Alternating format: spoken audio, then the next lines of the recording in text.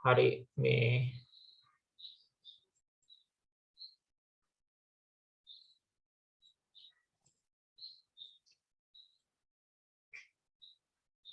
දැන් ඔයගලන්ට මේ සැරේ විභාගේ දින නියම කරලා තියෙන්නේ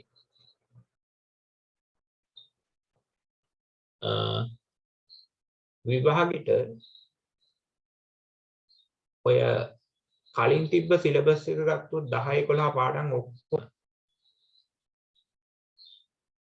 අපි බලලා යන්න එපේ. කලින් 10 පොත් දෙකක් තිබ්බ 11 කොටස් 3ක් තියෙනවා. මේ තුන බලලා විභාගෙට යන්න තිබුණා. ඒතර ඕගොල්ලන්ට මේ අවුරුද්දේ කියන්නේ 2021 O level විභාගයේ ගත්තොත් ඊට වඩා සරල කරලා තියෙනවා. සෑහෙන විෂය කොටස් ප්‍රමාණයක් අයින් කරලා සිලබස් එකේ තියෙන දේවල් අඩු කරලා අලුත් සිලබස් එකක් හදලා තියෙනවා. ඒක ඉගෙන ගන්න තියෙන්නේ අර කලින්ට වැඩිය සැලකිය යුතු ප්‍රමාණයක් අඩු කරලා. එතකොට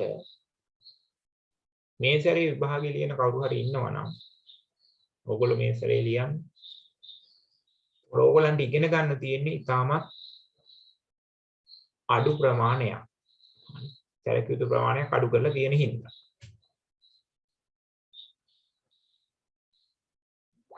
එතකොට ඒ ටික ඉගෙන ගත්තාම ඒකටම යන්න පුළුවන්.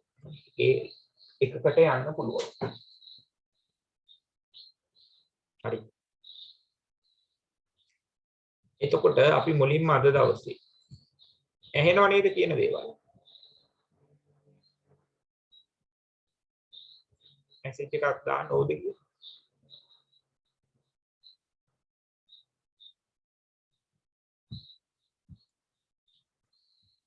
හරි. අද දවසේ මුලින්ම අපි ක්‍රමයක් කතා කරලා ඉමු. අපි කතා කර ඉන්නේ මේ සමාන්තර රේඛා ආශ්‍රිත කෝණ ගැන කතා කර ඉන්නේ.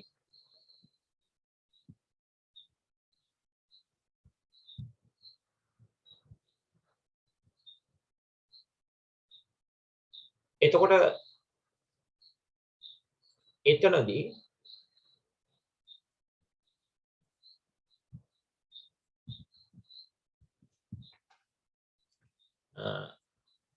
ඔයගොල්ලෝ ඉගෙනගෙන තියෙනවා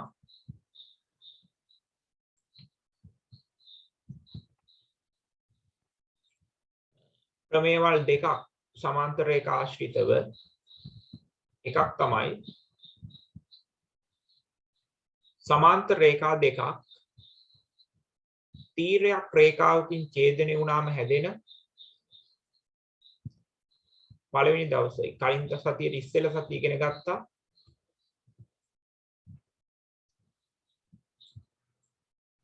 මොනවාද? සමාන්තර රේඛා දෙකක් තීරයක් රේඛාවකින් ඡේදනය වුණාම හැදෙන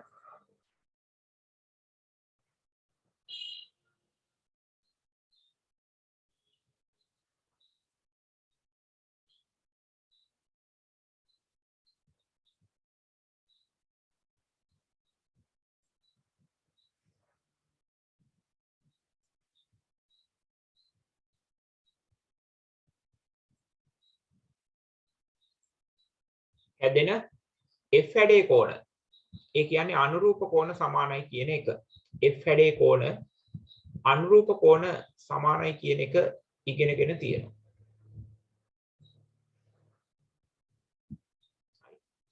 ඊළඟට ඉගෙන ගත්තා සමාන්තර රේඛා දෙකක් තීරයක් රේඛාවකින් ඡේදනය වුණාම හැදෙන Z හැඩේ කෝණ.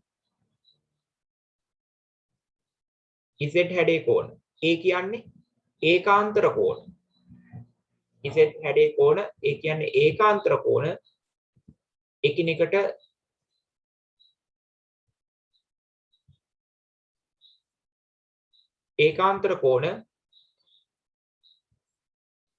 එකිනෙකට සමානයි කියන එක ඉගෙනගෙන තියෙනවා. විනාඩියක් ඉන්න. උඩ අද ඉගෙන ගන්න යන්නේ සමාන්තර රේඛා දෙකක් තීරයක් රේඛාවකින් ඡේදනය වුණාම හැදෙන ඔය C හැඩේ කෝණ. C හැඩේ කෝණ නවය වසරේ උගන්වනවා. C හැඩේ කෝණ ඒවට අපි කියන්නේ මිත්‍ර කෝණ කියලා. එහෙනම් මිත්‍ර කෝණ සමාන්තර රේඛා දෙකක් තීරයක් රේඛාවකින් ඡේදනය වුණාම හැදෙන මිත්‍ර කෝණ එකිනෙකට සමාන වෙනවා. හරි. විනාඩියක් ඉන්න මේ ස්ක්‍රීන් එක එනකම්.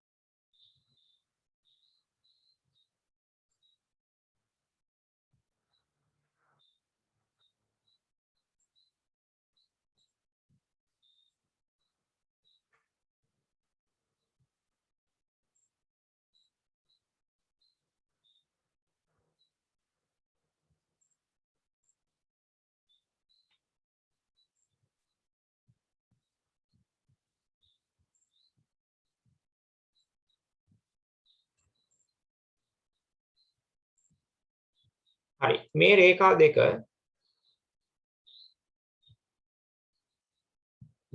දෙක එකිනෙකට සමාන්තරයි කියලා හිතුවොත් ඔය රේඛා දෙක එකිනෙකට සමාන්තරයි කියලා හිතුවොත් දුන්නොත් ඔය රේඛා දෙක මේ අඳින රේඛාවෙන් ඡේදනය වෙලා තියෙනවා. ඔය රේඛා දෙක ඔය සමාන්තර රේඛා දෙක ඔය හරහට ඇඳලා තියෙනවා. ඒ රේඛාව මම නම් කරොත් AB කියලා. අනිත් රේඛා දෙක මම නම් කරොත් PQRS කියලා. මේ PQRS රේඛා දෙක AB රේඛාවෙන් ඡේදනය වෙලා තියෙනවා. එතකොට මිත්‍ර කෝණ කියලා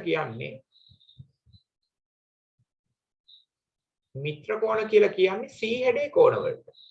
දැන් මෙතන පේනවද මෙහෙම අපිට C හැඩයක් හදාගන්න පුළුවන්. එතකොට C හැඩේ මෙන්න මේ කෝණ. මම ඒ කෝණවල විශාලත්වය simple A simple B කියලා ගත්තොත් ඔය මිත්‍ර කෝණවල වටිනාකම ඔය දෙක එකතුව අංශක 180ක් වෙනවා. එහෙනම් A ධන B 180යි අනිත් පැත්තට. මේ පැත්තටත් මට C අකුර හදා ගන්න පුළුවන්. මම මෙයා CD කියලා නම් කරොත් C ධන D වෙනවා 180. එහෙනම් සමාන්තර රේඛා දෙකක් තීරයක් රේඛාවකින් ඡේදනය වුණාම හැදෙන මිත්‍ර කෝණවල එකතුව අංශක 180ක් වෙනවා. මිත්‍ර කෝණවල එකතුව අංශක 180ක් වෙනවා. මිත්‍ර කෝණ කියන්නේ C හැඩේ කෝණ. හරි. ලියන්න ප්‍රමේය කියලා දාලා ලියන්න.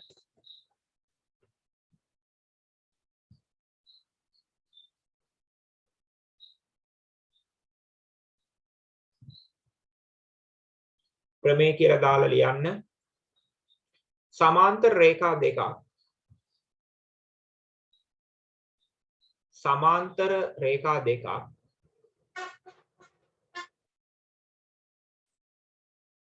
සමාන්තර රේඛා දෙකක්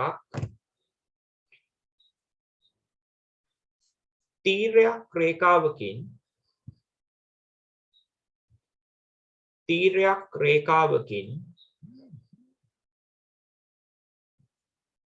සමාන්තර රේඛා දෙකක් තීරයක් රේඛාවකින් ඡේදනය වීමෙන්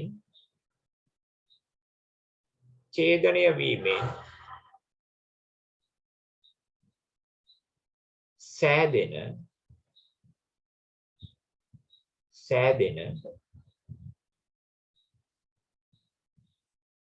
මිත්‍ර කෝණවල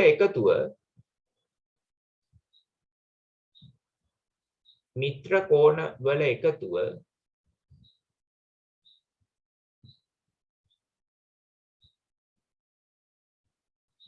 මිත්‍ර කෝණවල එකතුව අංශක 180ක් වේ. අංශක 180ක් වේ.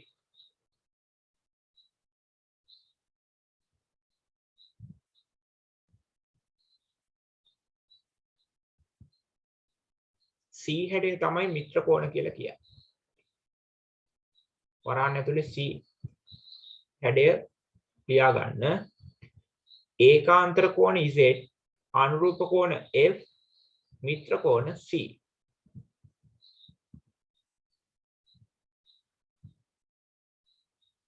සමාන්තර රේඛා දෙකක් තීරයක් රේඛාවකින් ඡේදනය වීමෙන් සෑදෙන මිත්‍ර කෝණවල එකතුව අංශක 180ක් වේ.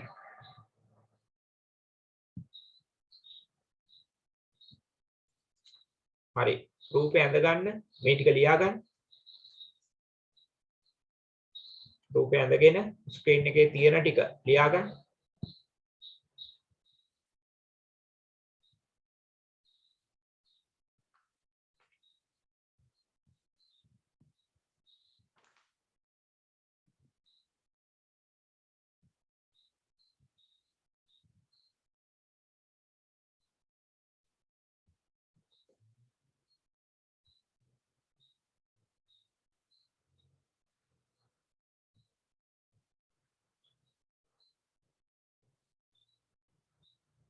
ලියලා ඉවර නම් අත උස්සන්න. ඇඳලා ඉවර නම් ස්ක්‍රීන් එකේ තියෙන ටික ලියාගෙන ඉවර නම් අත උස්සන්න බලන්න.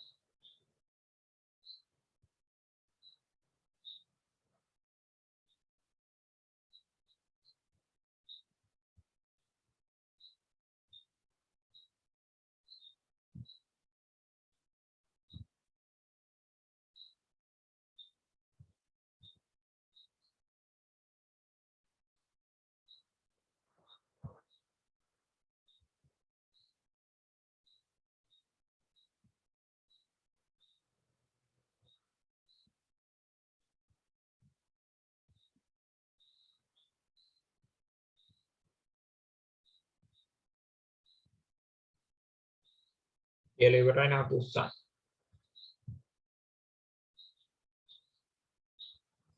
මිත්‍ර කෝණ කියන්නේ C හැඩේ කෝණ.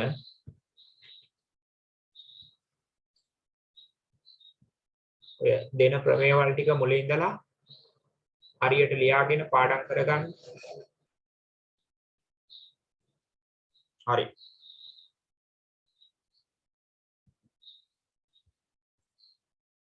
අපි ගානක් හදමු.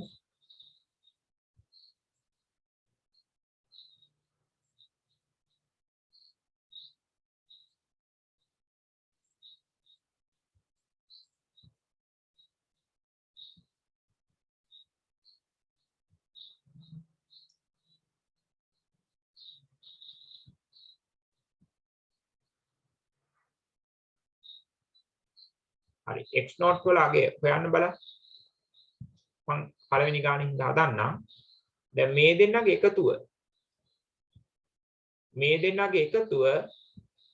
180ක් වෙන්න ඕනේ. හේතුව මේ රේඛා දෙක එකිනෙකට සමාන්තර හින්දා.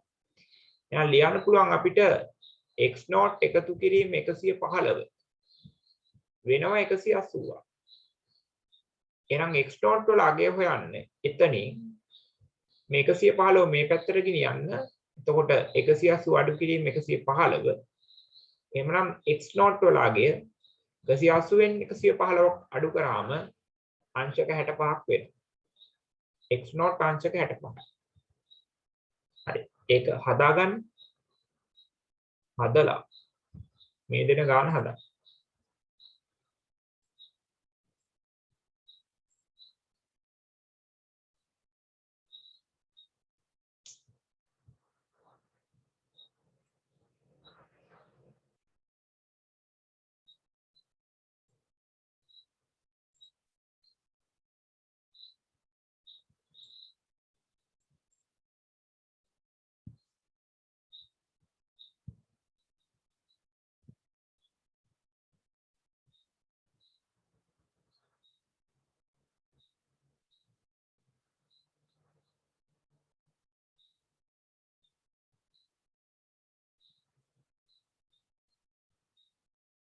A නෝට් වල අගය හොයන්න එතන.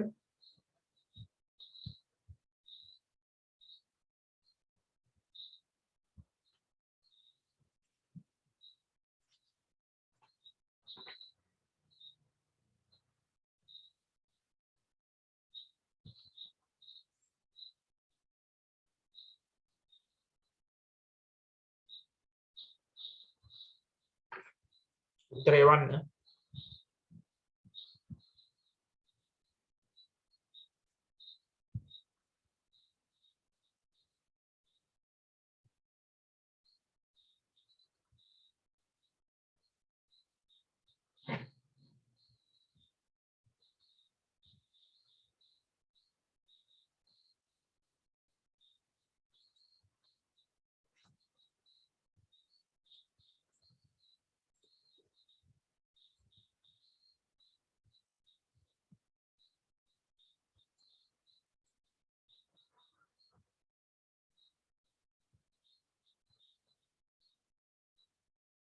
උත්තරේ එවන්න ඔක්කොම.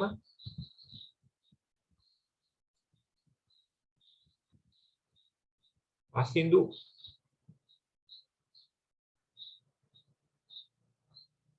රශ්මි එවන්න ඔක්කොම උත්තර.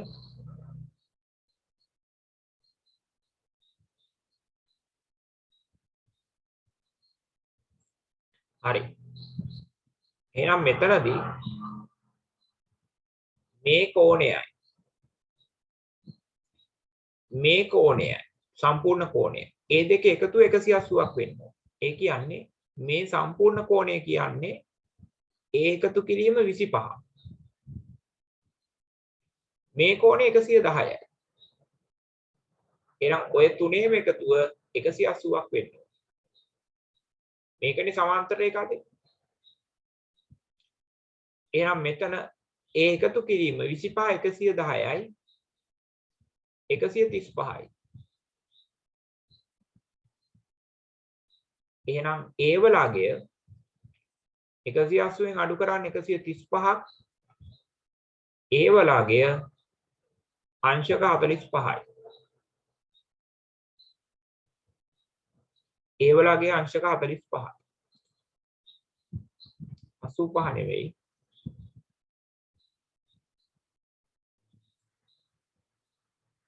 වෙලාවට පන්තියට එන්න මගදී විනාඩි 10ක් විතර පාරක් වුණොත් මුල් ටික කරලා ඉවරයි. එහෙම වෙන්න එපා. වෙලාවට එන්න පන්තියට. හරි. තව ගානක් හදමු.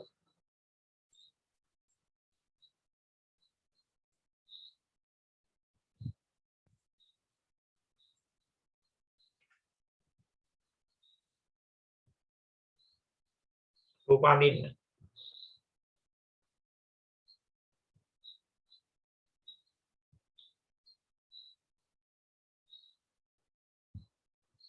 x නෝට් වල අගය හොයන්න.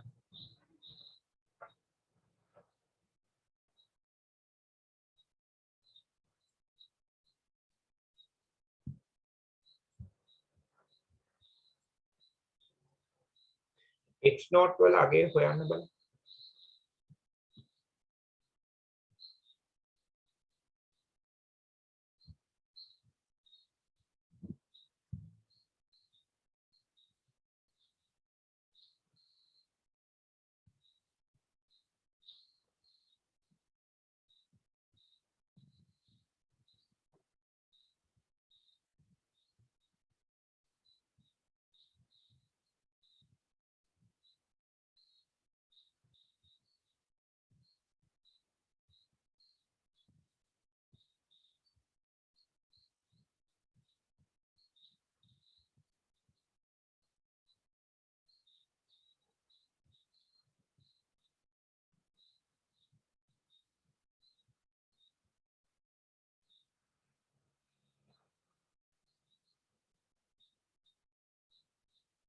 හරි. එතකොට මෙතන මේ තියෙන්නේ මිත්‍ර කෝණ. මේ තියෙන මිත්‍ර කෝණ මේ දෙන්නගේ එකතුව 180ක් වෙන්න ඕනේ. එහෙනම් 3යි x නෝට් එකතු කිරීම 2යි x නෝට් සමාන 180. සමජාතීය පද දෙකක් එහෙනම් ඒ දෙන්න සුළු කරොත් 5යි x0 සමාන 180යි x0 වල අගය හොයන්න ඔය ඉස්සරහට සමීකරණ පාඩමක් යනවා එතනින් මේවා හොඳටම සුළු කිරීම කරගන්න පුළුවන් හරි x0 වල අගය හොයන්න මේ 5ට 5 සුළු කරන්න එහෙනම් x0 සමානයි දෙපැත්තෙන් 5න් බෙදන්න ඕනේ 180 5න් බෙදුවාම 36යි 185 5න් බෙදන්න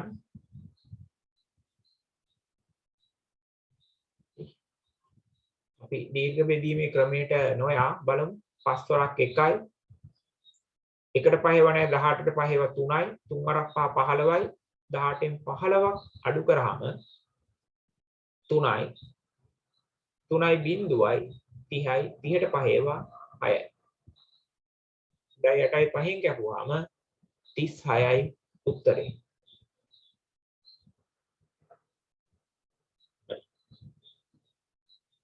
ඊළඟට අපි තවත් ක්‍රමයකට යමු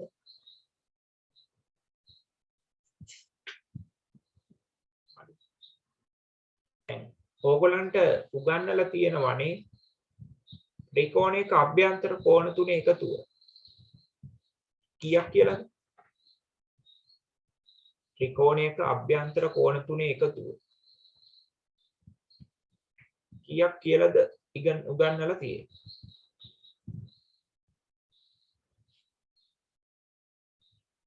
ඔව් 180යි හරි ඉගෙන ගත්ත ප්‍රමේයන් ටික ආයෙ පොඩක් මතක් කරගත්තොත් මුලින් ඉඳලා ප්‍රමේයවල කීයක් උගන්වලා තියෙනවද එවන්න බලන්න කීයක් උගන්වලා තියෙනවද සමාන්තර රේඛා ආශ්‍රිත ප්‍රමේයවල 3ක් ඉගෙනගන්න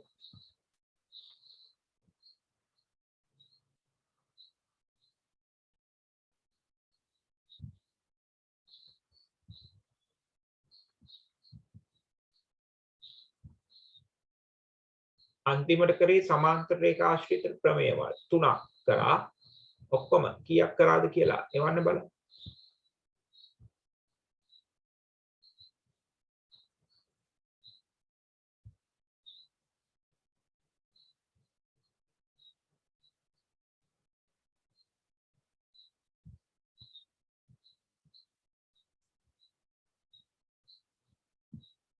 හරි මුලින්ම කරේ අපි සරල රේඛාවක් මත පිහිටන මුලින්ම කරේ සරල රේඛාවක් මත පිහිටන බද්ධ කෝණ වල එකතුව අංශක 180ක් වේ කියන ප්‍රමේය පළවෙනි එක ඊළඟට කරා ලක්ෂයක් වටා පිහිටි බද්ධ කෝණ වල එකතුව අංශක 180ක් වෙනවා කියන එක. අංශක 360ක් වෙනවා කියන එක. ලක්ෂයක් වටා පිහිටි බද්ධ කෝණ වල එකතුව අංශක 360ක් වේ කියන ප්‍රමේය කරේ.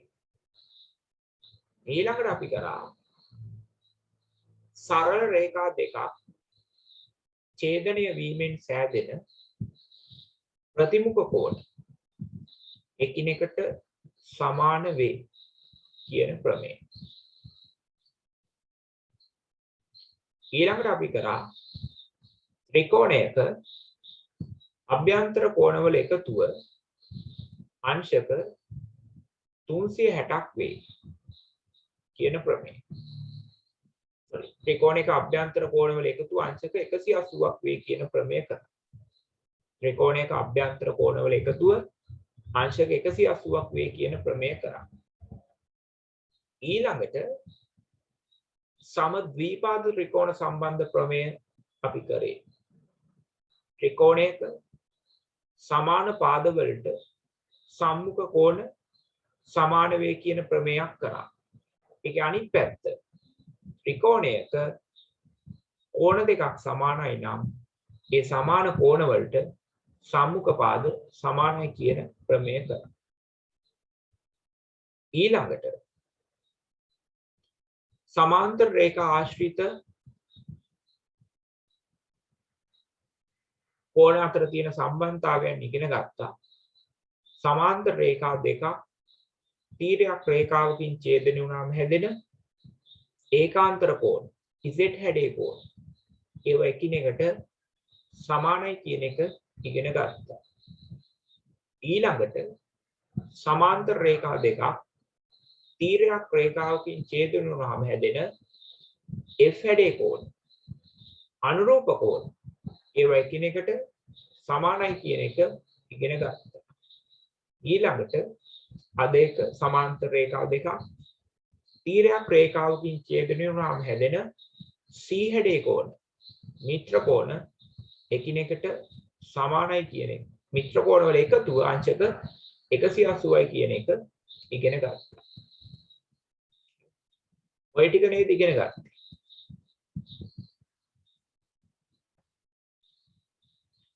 ඔයගොල්ලෝ ඉගෙන ගත්තද කියලා කියන්න මට ත්‍රිකෝණයක පාදයක් දික් කිරීමෙන් සෑදෙන බාහිර කෝණය.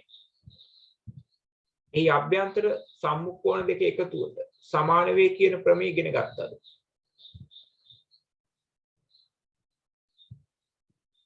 ත්‍රිකෝණයක පාදයක් දික් කිරීමෙන් සෑදෙන බාහිර කෝණය මේ අභ්‍යන්තර සම්මුඛ කෝණ දෙක එකතුවට සමාන වේ කියන ප්‍රමේය ඉගෙන ගත්තා. මැසේජ් එකක් දාන්න බෑ.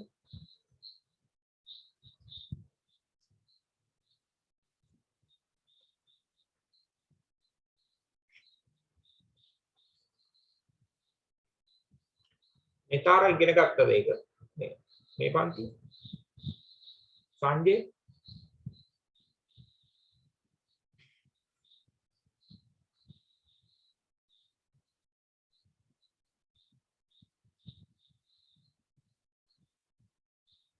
හරි. ලියන්න ඊළඟට ප්‍රමේය කියලා දාලා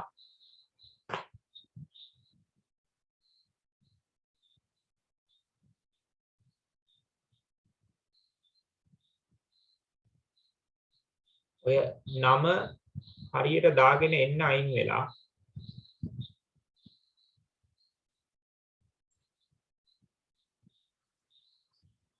හරි ඊළඟට ලියන්න ප්‍රමේය කියලා දාලා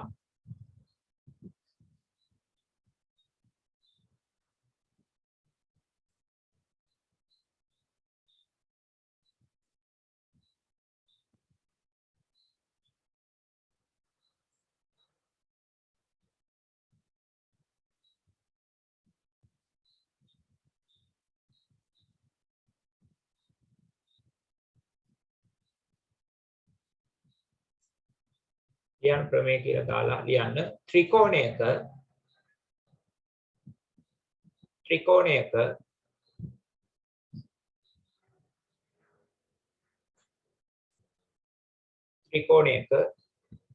පාදයක් දික් කිරීමෙන් සෑදෙන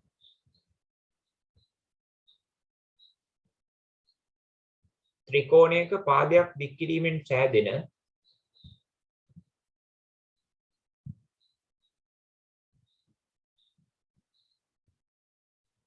ත්‍රිකෝණයක පාදයක් දික් කිරීමෙන් සෑදෙන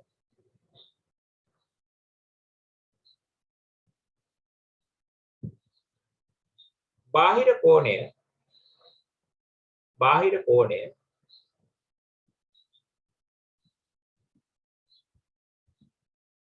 එහි අභ්‍යන්තර සම්මුඛ කෝණ දෙකේ එකතුවට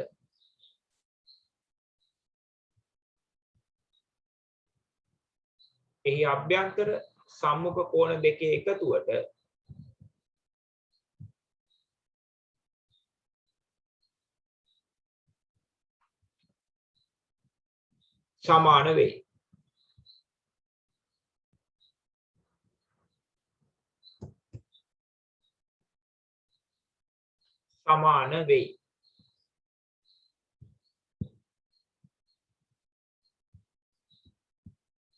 ත්‍රිකෝණයක පාදයක් දික් කිරීමෙන් සෑදෙන බාහිර කෝණය ඒ අභ්‍යන්තර සම්මුඛ කෝණ දෙකෙහි එකතුවට සමාන වෙයි.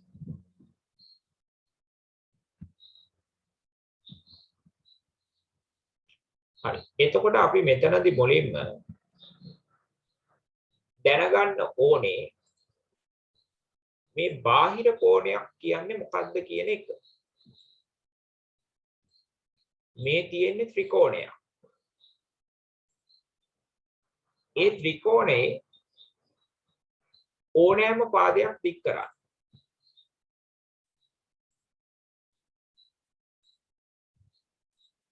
එතකොට අපිට හදාගන්න පුළුවන් බාහිර කෝණය. මේක දික් කරොත්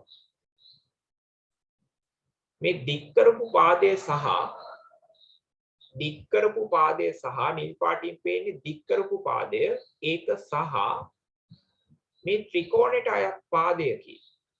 දැන් ත්‍රිකෝණයක් හැදෙන්නේ කෝණයක් හදාගන්න අපිට බාහුව දෙකක් එපේ. බාහුව දෙකකින් තමයි කෝණයක් හැදෙන්නේ.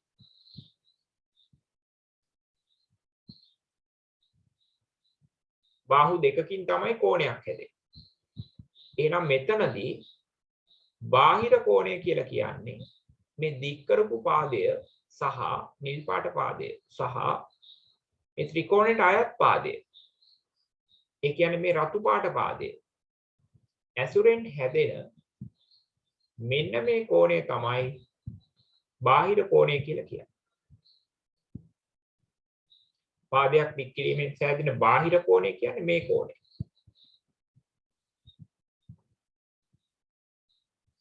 එතකොට අපිට මේ පාදය දික් කරොත්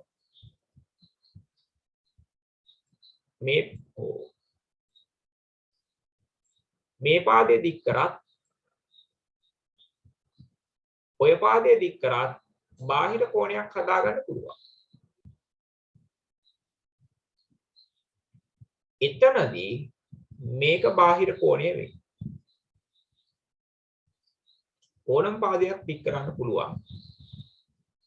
දික් කරාම ඒ දික් කරපු පාදය සහ ත්‍රිකෝණයට අයත් පාදයකින් තමයි බාහිර කෝණයක් නිර්මාණය වෙන්නේ.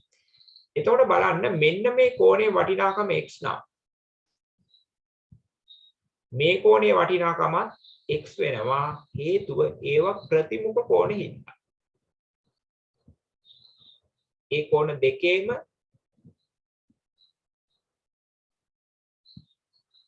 දෙකේම වටිනාකම එකිනෙකට සමාන වෙනවා ඒවා ප්‍රතිමුඛ කෝණ හින්දා. එහෙනම් මේ ප්‍රතිමුඛ කෝණ එකිනෙකට සමාන හින්දා මේ කෝණ දෙකෙන් බාහිර කෝණ මෙතන මේ ශීර්ෂයේදී බාහිර කෝණ දෙකක් හැදෙනවා කියලා අපි සලකන්නේ.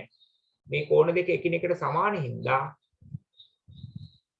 ඒ ශීර්ෂයේදී බාහිර කෝණ දෙකෙන් එකයි සලකන්නේ. එක්ක මේක අවශ්‍ය නම් මේක නැත්නම් අනිත් එක. එක්ක මේක ඔය දෙකෙන් එකයි ගන්න. එහෙනම් ත්‍රිකෝණයක පාදයක් දික් කිරීමෙන් සෑදෙන බාහිර කෝණ කීයක් තියෙනවද? බාහිර කෝණ ශීර්ෂ තුනට බාහිර කෝණ 3යි. ත්‍රිකෝණයේ පාද 3යි නම් බාහිර කෝණ 6ක් නෑ 3යි තියෙන්නේ. 3යි අපි සලකන්නේ. චතුරස්‍රයක් නම් බාහිර කෝණ 4යි. පාද 4 බාහිර කෝණ 4යි. දැන් මෙතන මේ පාදේ දික් කරාම මේක බාහිර කෝණයක්, මේක දික් කරාම මේක බාහිර කෝණයක්. එතකොට මේ දෙකම ගන්නෑ. දෙකම එකිනෙකට සමාන හින්දා මේ දෙකෙන් සලකන්නේ එකයි. එහෙනම් ත්‍රිකෝණයකට බාහිර කෝණ 3ක් තියෙනවා. හරි.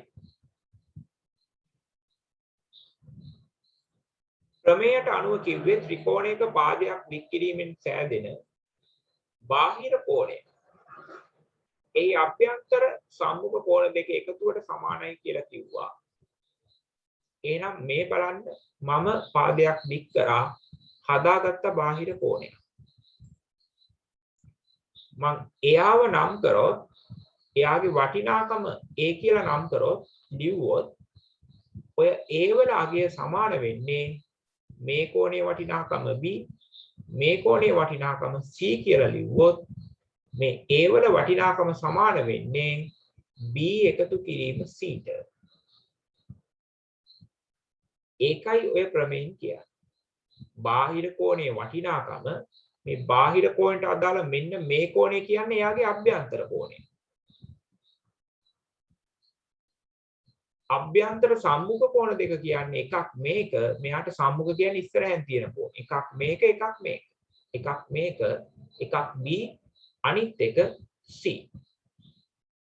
මේ අභ්‍යන්තර කෝණෙට මේ නිල් පාටින් ලකුණු කරන දැන් A ගේ අභ්‍යන්තර කෝණය තමයි මම මේ නිල් පාටින් ලකුණු කරලා තියෙන්නේ. එයාට සම්මුඛ කෝණය කියන්නේ එකක් B, අනිත් එක C. එනම් ප්‍රමේය කියන්නේ ත්‍රිකෝණයක පාදයක් දික් කිරීමෙන් සෑදෙන බාහිර කෝණය, ත්‍රිකෝණයක පාදයක් දික් කිරීමෙන් සෑදෙන බාහිර කෝණය එහි අභ්‍යන්තර සම්මුඛ කෝණ දෙක එකතුවට සමානයි කියලා. එහෙනම් A වලගේ එතන සමාන වෙන්නේ B එකතු කිරීම C ට. හරි. ඇඳ ගන්න මේ රූපය පොඩක් ඉන්න.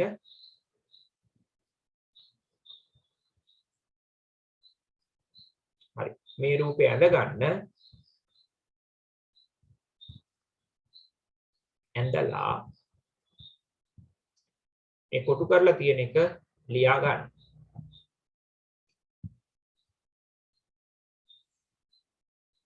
ඒ ප්‍රමේය තේරුණා පොඩ අතුස්සා.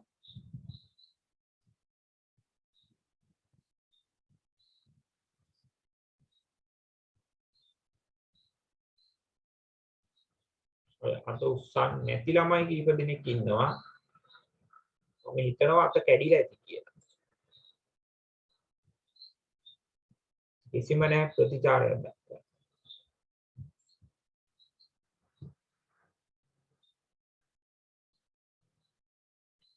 හරි. අපි ගණන් කීපයක් හදමු.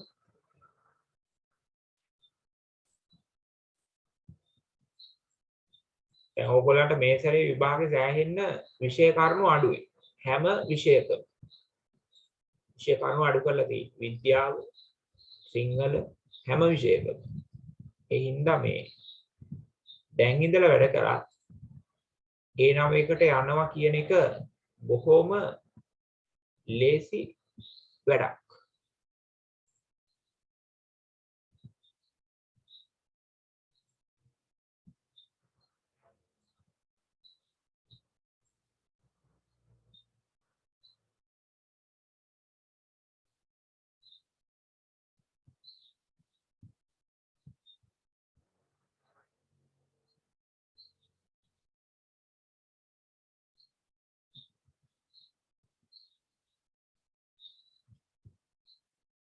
හරි. ඒ වල අගේ හොයන්න බලන්න මේකේ.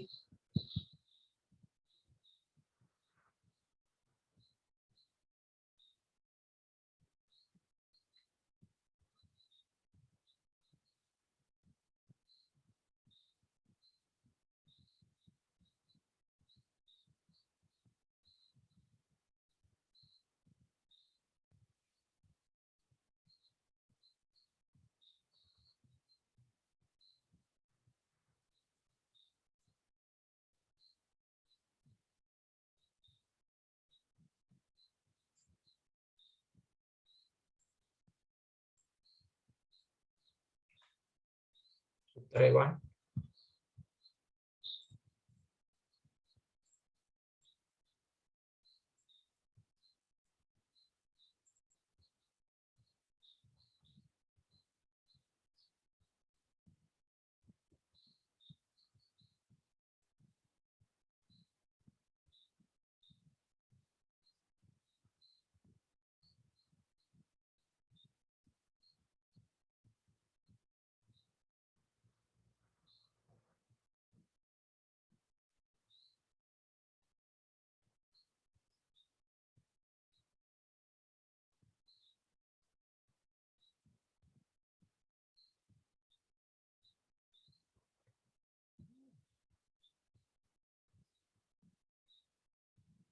Y වල අගේ හොයන්න ඊළඟ එකේ.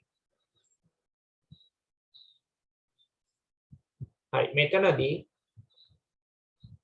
130 සමාන වෙනවා මේ කෝණ දෙක එකතුවට.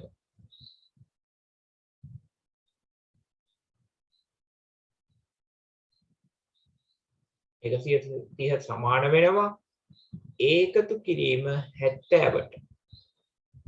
එහෙනම් 130න් අඩු කරොත් 70ක් එනවා ඒ වල වටිනාකම්. එහෙනම් ඒ වලගේ අංශක 60ක් වෙනවා.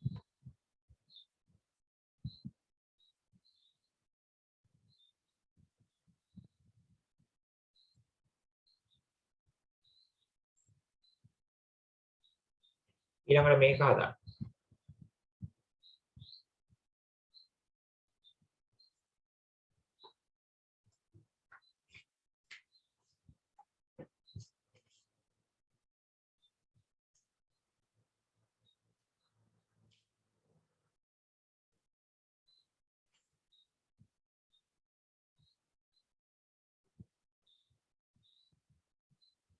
රේවා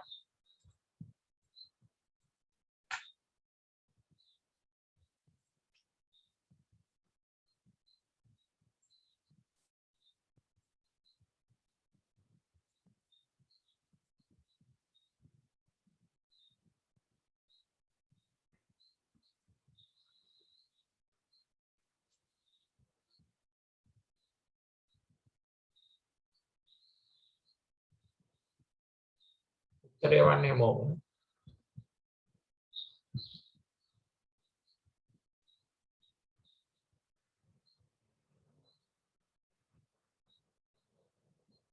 මේකේ m not වල අගය හොයන්න.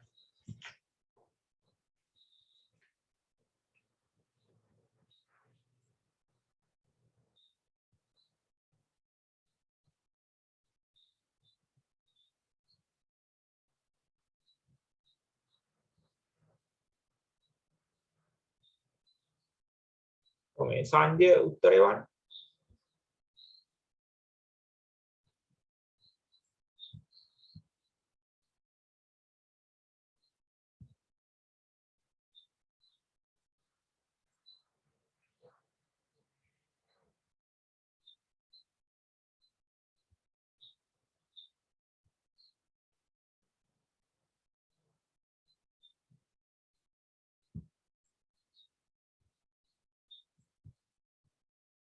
කො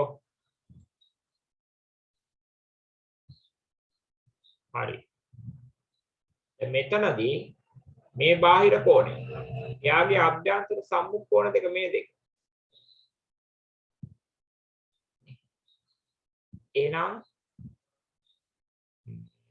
මේ දෙන්නගේ එකතුව y එකතු කිරීම y සමාන 140ට දෙකක් y සමාන 140ට එහෙනම් y වල අගය හොයන්න දෙපැත්තම දෙකෙන් බෙදුවා නම් හරි. එහෙනම් y වල අගය කීයක් වෙනවද? 70ක් වෙනවා. y 70.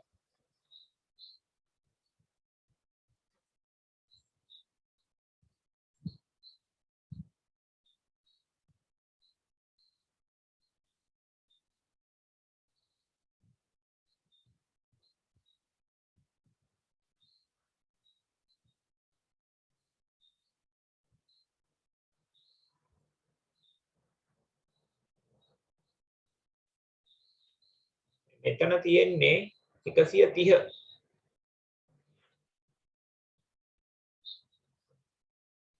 මෙතන තියෙන්නේ 130. මෙතන 32. එවන්න බලන්න උත්තරේ.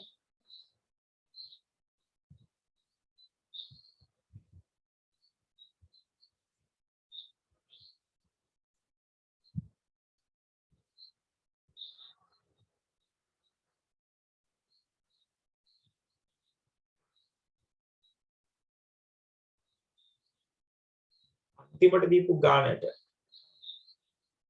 උත්තරේ එවන්න බලන්න.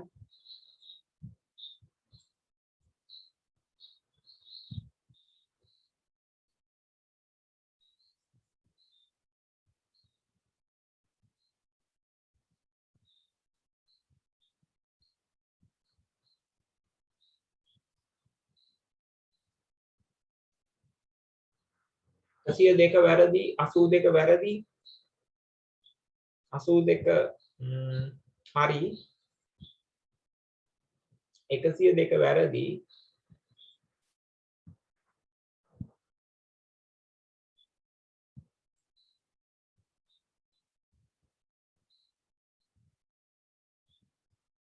එතන මේ තියෙන්නේ සරල රේඛාවක්. මේ තියෙන්නේ සරල රේඛාවක්. එතකොට මේ සරල රේඛාව මත පිහිටන මේ බද්ධ කෝණ දෙක එකතු 180ක් වෙනවා. එහෙනම් මේ කෝණයේ අගය 180ෙන් 130ක් අඩු කරාම අංශක 50යි. එහෙනම් මේක බාහිර කෝණය කියලා හිතුවොත් එයාගේ අභ්‍යන්තර කෝණය මේක ඒකට සම්මුඛ කෝණ දෙක තමයි මේ දෙක. එහෙනම් m0 වල අගය සමාන වෙන්නේ 50 එකතු කිරීම 32ට. එහෙනම් m0 වල අගය කියන්නේ 82යි. m0 වල අගය කියලා කියන්නේ 82යි.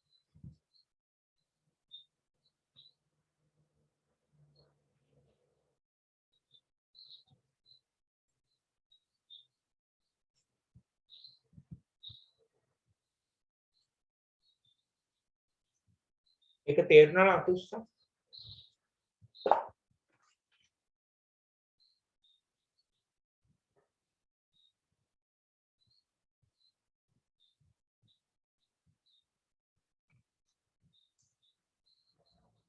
අනිත්‍යය මොකද ගන්න? ගොඩක් අතුස්සන්ගේ තේරුණා අතුස්සා?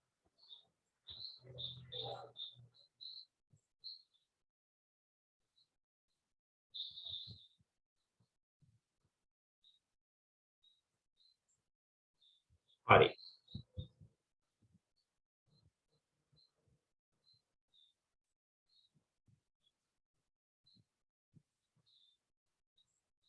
එතකොට අද ප්‍රමේයවල දෙකක් ඉගෙන ගත්තා.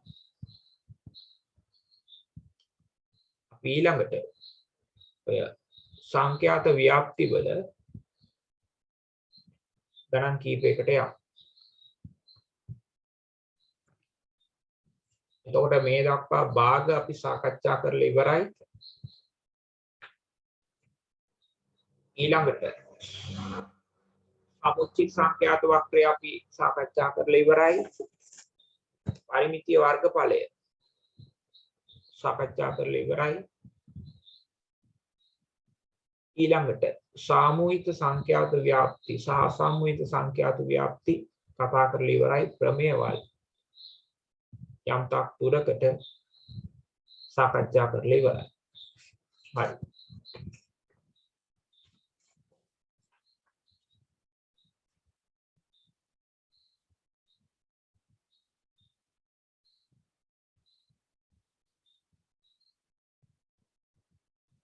ඊළඟට බලන්න 11 වෙනි ගාන.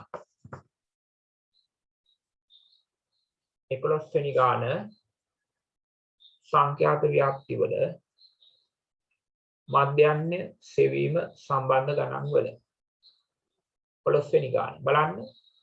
අලුතින් මුද්‍රණය කරන ලද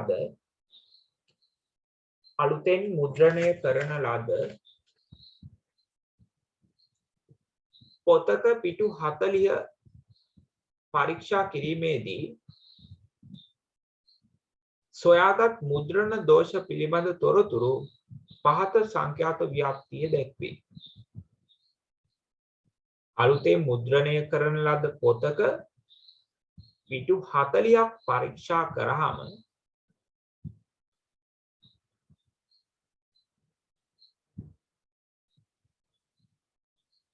ඒකෙ තිබිච්ච මුද්‍රණ දෝෂ පිළිබඳව තොරතුරු තමයි ඔය ව්‍යාප්තියේ කියලා තියෙන්නේ. හරි. වගුව ඔයගොල්ලෝ අඳින්න ඕනේ පල්ලෙහාට. ටක් ගාලා අඳිමු වගුව පල්ලෙහාට.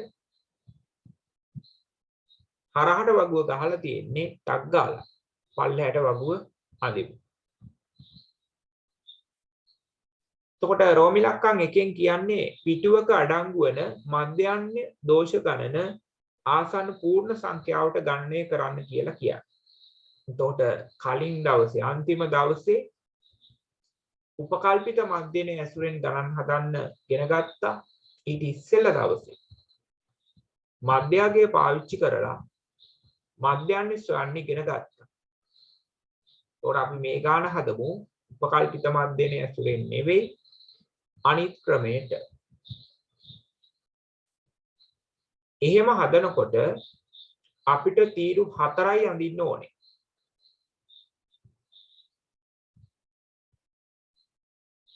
එහෙම හදනකොට තීරු 4යි අපිට අවශ්‍ය වෙන්නේ.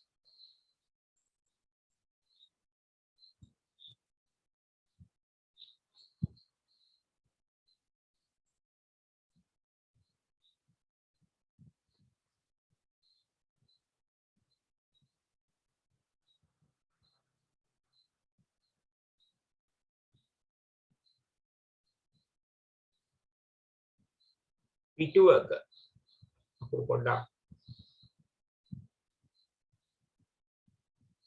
සයිස් එක අඩු කරමු.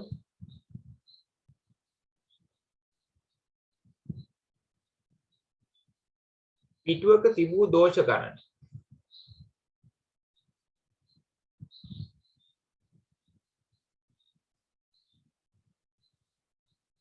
ඊළඟට තියෙනවා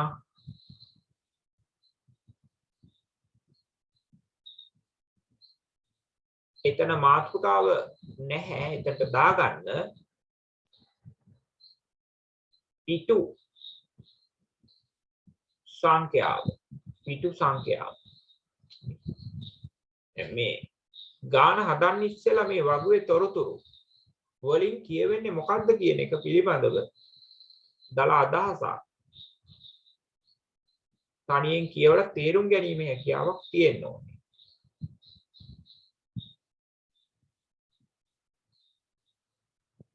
ඔර මේ වගුවේ දීලා තියෙන තොරතුරු ටික අපිට මේ විදියට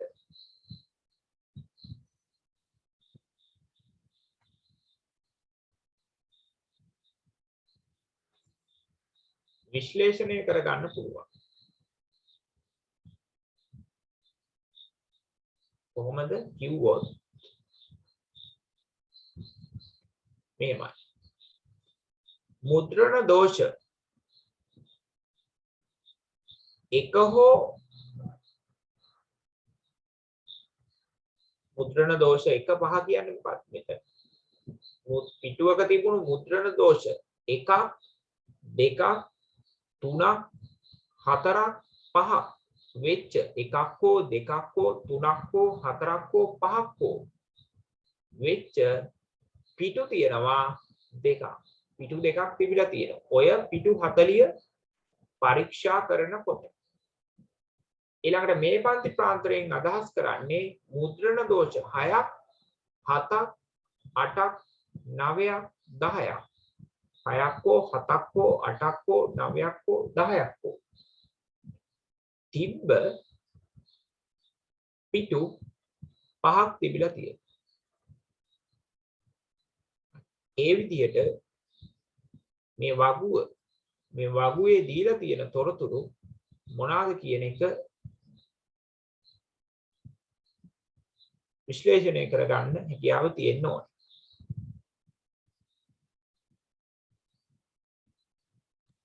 ඊළඟට අපිට ඕනේ මේ ගාන හදාගෙන යනකොට මධ්‍ය අගයේ තීරුවක්. මධ්‍ය අගයේ තීරුවක්. එයා තමයි අපේ x විදියට සලකන්නේ. මේ පිටු සංඛ්‍යාව අපි සලකන්නේ f විදියට. සංඛ්‍යාතය විදියට.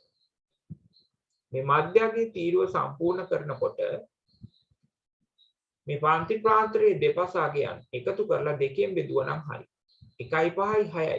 6 දෙකෙන් බෙදුවාම 3යි. 6යි 10යි 16යි දෙකෙන් බෙදුවාම 8යි. 11යි 5යි 11යි 15යි 26යි දෙකෙන් බෙදුවාම 13යි. මේ දෙන්නගේ එකතුව ඊළඟට මේ දෙන්නගේ එකතුව 36යි දෙකෙන් බෙදුවාම 18යි. මේ දෙන්නගේ එකතුව 46යි දෙකෙන් බෙදුවාම 23යි. ඊළඟට මේ දෙන්නගේ එකතුව 56යි දෙකෙන් බෙදුවාම 28යි. මේ දෙන්නගේ එකතුව 66යි දෙකෙන් බෙදුවාම 33යි. ඊළඟට මේ හතරවෙනි තීරුව fx තීරුව සංඛ්‍යාතය x වලින් ගුණ කරලා දාන තීරුව දාමු අගයන් දෙවරක් 3 6යි 5 වරක් 8 40යි 7 වරක් 13 91යි 10ව 18 180යි 23ව 8 184යි 38ව 5 190යි නෙමෙයි 140යි 33ව 3ක් 99යි මේ අගයන් ටික දාගමු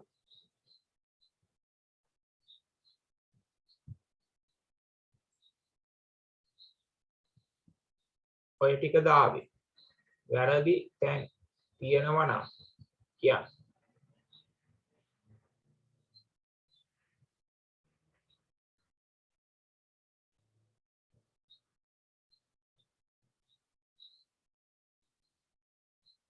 මේ ටික දාවේ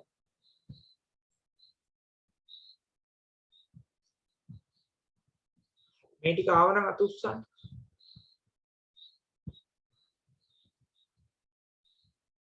මේ රතු පාටින් දාලා තියෙන අගයන් ටික ආව නම් අත උස්සන්න හරි ඊළඟට ආවේ නැත්නම්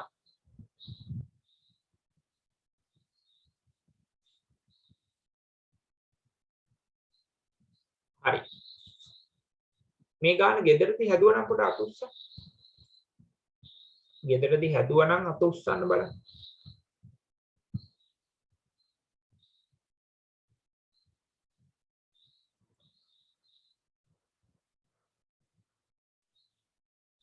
සංජය මොකද කරන්නේ මයික් එක පොඩක් ඔන් කරන්න සංජය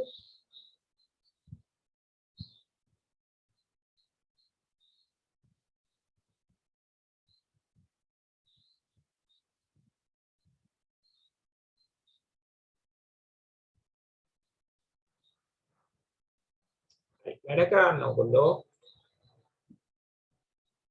හරි ඔකට බලන්න පිටු සංඛ්‍යාව එකතු අපිට ඕන වෙනවා ඒ කියන්නේ මේ තීරුවේ එකතුව මේ තීරුවේ සංජය ගාන හැදුවද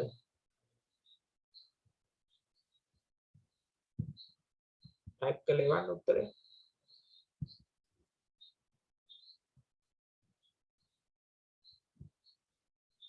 හරි ටිකක් හදලා හරියන්නේ බත් ටික බාගෙට කන්නේ තඩියා වගේ ඉන්න කාකා බිබි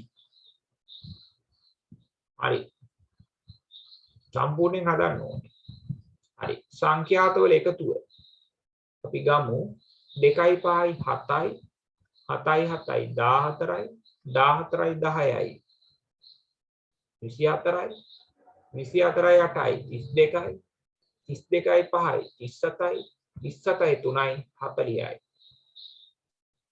මෙතන එන්නේ 40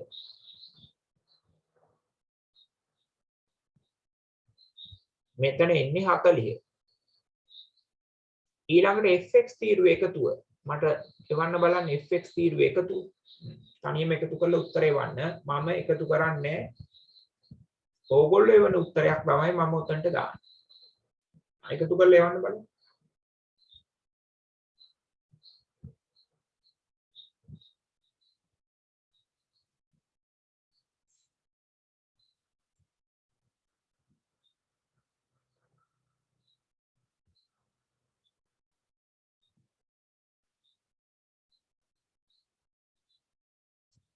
උත්තරේ එවන්න එකතු කරලා හරි එහෙනම් fx වල එකතුව උත්තර ගොඩක් අයගේ හරි 740යි fx වල එකතුව 740යි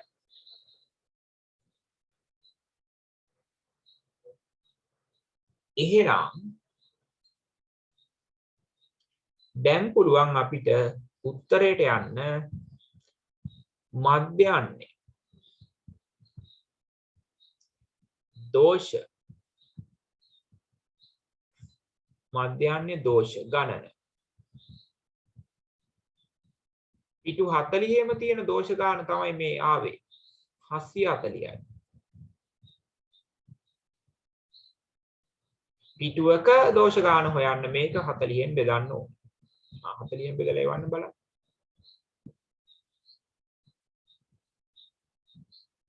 බිඳුවට බිඳුව සුළු වෙනවා. උඩයි යටයි දෙකෙන් කැපුවොත් දෙවරක් 2යි. 74ට දෙකේවා 37යි. එහෙනම් 37 බෙදීම 2 කියන්නේ 18.5යි. 37 බෙදන්න 2.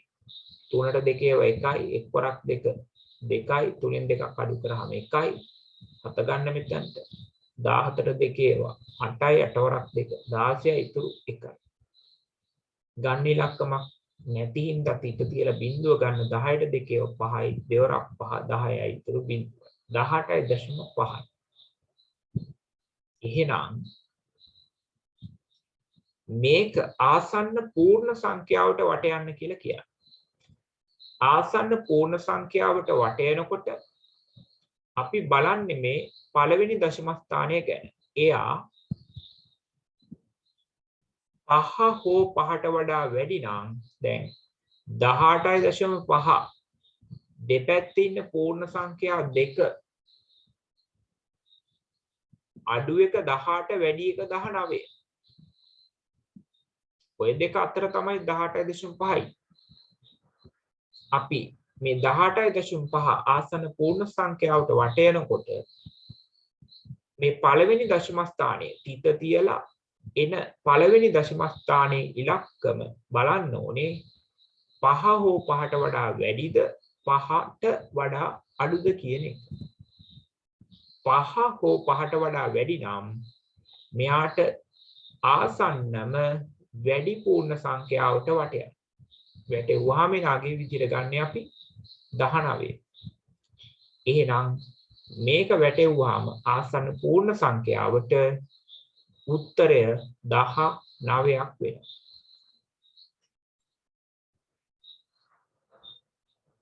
උත්තරේ 19යි.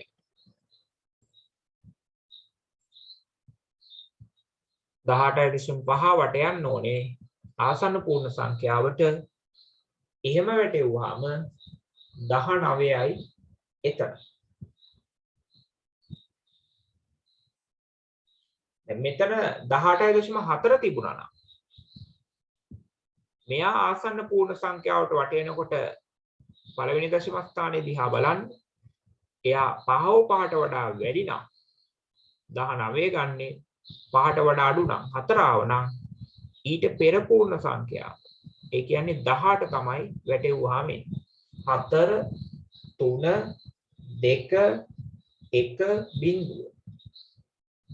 ඔයාගෙන් තිබ්බනම් 4 3 2 1 බිඳුව තිබුණා නම් යා වැටෙවුවාම එන්නේ 18.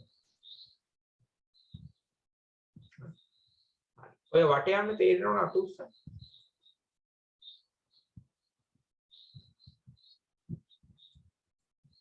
ඔය කියපු කතාව තේරෙනවා නම් අතුස්සන්.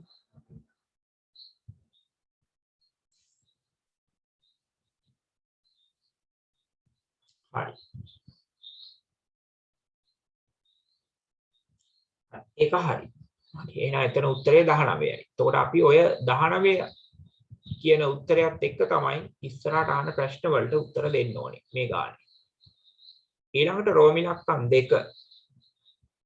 ඊයත සඳහන් පොතෙහි පිටු 200ක් අඩංගු නම් මුළු පොතේ තිබිය හැකියයි අපේක්ෂා කළ හැකි මධ්‍ය යන්න දෝෂ ගන්න කොපමණද කියලා අහනවා.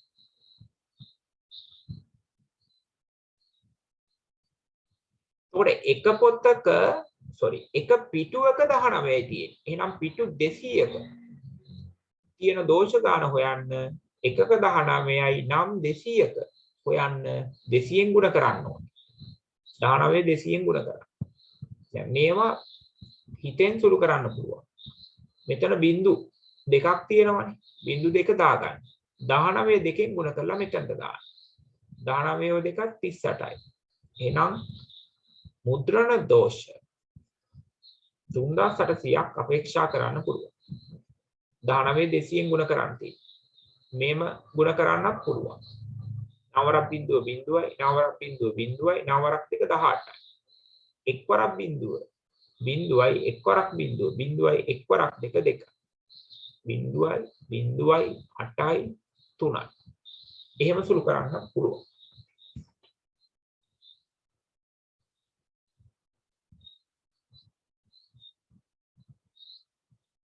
ඊළඟට රෝමි ලක්කන් 3.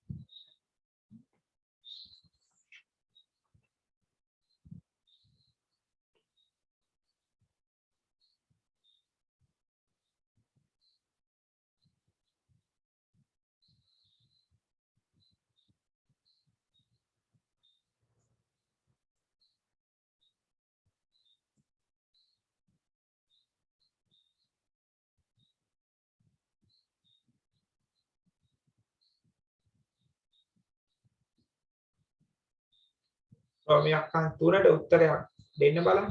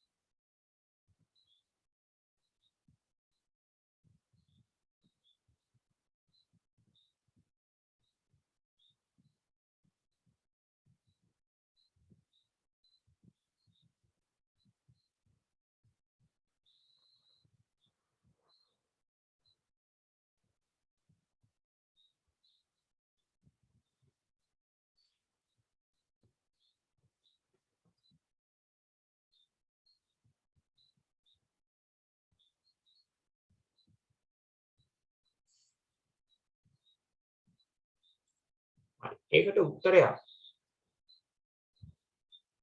ලියා ගන්න තේරෙනව නම් අත උස්සන්න.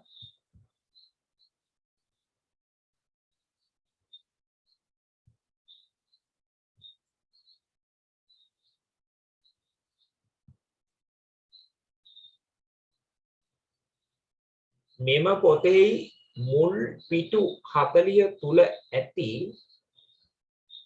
මුද්‍රණ දෝෂ ගණන අවම වශයෙන් අඩුම ගානේ 650ක් පමණ විය හැකි බව විචාරකෙක් පවසයි නම් ඔබ ඔවුන් හා එකඟ වන්නේද කියලා අහන්න.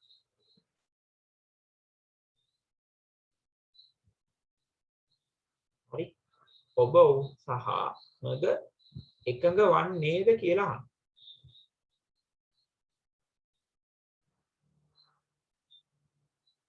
හරි.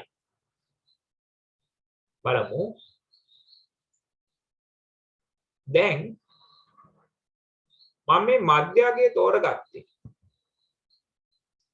මධ්‍යගය තෝරගත්තේ මට මේ 1ත් 5ත් අතර මුද්‍රණ දෝෂ සංඛ්‍යාව 2යිනේ. මුද්‍රණ දෝෂ 1 හෝ මුද්‍රණ දෝෂ 1 2 3 4 5 බැගින් වෙන පිටු මෙතන දෙකක් තියෙනවා. ඒතකොට අපිට හරියටම මේ පන්ති ප්‍රාන්තරයේ පළවෙනි පන්ති ප්‍රාන්තරයේ ගත්තොත් ඔය කියන කොළ දෙකේ පිටු දෙකේ තියෙන මුද්‍රණ ප්‍රමාණය 1ද 2ද 3ද 4ද 5ද කියලා හරියටම කියන්න බෑ. හරියටම කියන්න බැරි හින්දා තමයි ඔතනදී මේ 3 කියලා හිතලා මධ්‍යගය අරගෙන මේ ගණනය කිරීම කරේ. හැබැයි හිතුවොත්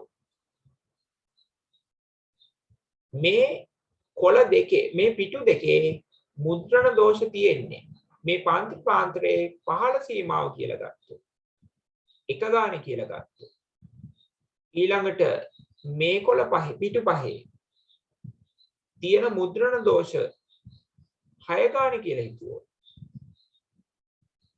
ඊළඟට මේ පිටු 7 තියෙන මුද්‍රණ දෝෂ ගාන මධ්‍යගය නෙවෙයි 11 ගානේ කියලා ගත්තොත් ඊළඟට 16 21 26 31 එහෙම හිතුවොත් මෙන්න මේ එකතුව fx එකතුව ඔය 740ට වඩා අඩු වගයක් වෙනවා. අපි බලමු fx එකතුව එහෙම වුණොත් කීයක් එනවද කියලා.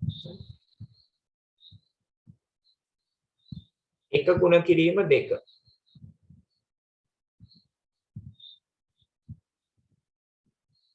ඔයගොල්ලෝ යන්න එපා බලන්න. 1 ගුණ කිරීම 2. ඊළඟට මේ පිටු පහේ මුද්‍රණ දෝෂ 6 ගානේ කියලා තිබ්බොත් ඒ පිටු පහේ තියෙන මුද්‍රණ දෝෂ ගාන එකතුව 6 ගුණ කිරීම 5 වෙනවා. ඊළඟට මේ පිටු 11 තියෙන මුද්‍රණ දෝෂ ගාන කියන්නේ 11 ගුණ කිරීම 7 වෙනවා. ඊළඟට මේ පිටු 10 තියෙන මුද්‍රණ දෝෂ ගාන කියන්නේ 16 ගුණ කිරීම 10 වෙනවා. මේ පිටු 8 තියෙන මුද්‍රණ දෝෂ ගාන කියන්නේ 21 ගුණ කිරීම 8 වෙනවා. මේ පිටු 5 තියෙන මුද්‍රණ දෝෂ ගාන කියන්නේ 26 ගුණ කිරීම 5 වෙනවා. මේ පිටු 3 තියෙන මුද්‍රණ දෝෂ ගාන කියන්නේ 31 ගුණ කිරීම 3 වෙනවා. එහෙනම් මේ ටික එකතුව කීයක් එනවද කියලා බලන්න.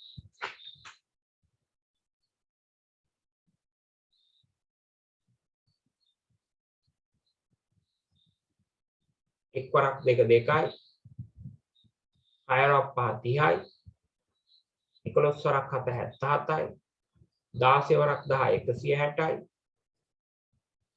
21 වට 168යි 26 ව 5 130යි 21 ව 3 93 ඔය ටික එකතු කරලා බලන්න මේක තමයි අඩුම ගාන. මීට වැඩි අඩු වෙන්න බෑ. මේ පන්ති ගත්තේ. මේක අරන් තියෙන්නේ 15 සීමා.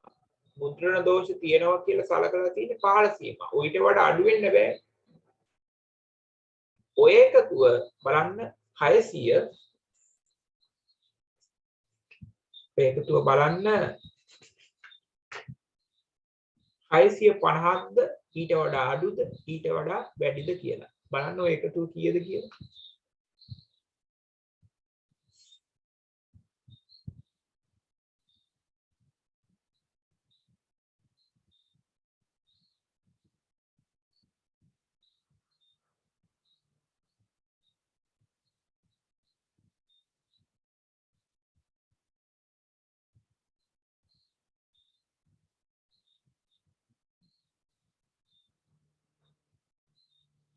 එකතුව එවන්න බලන්න එකතුව.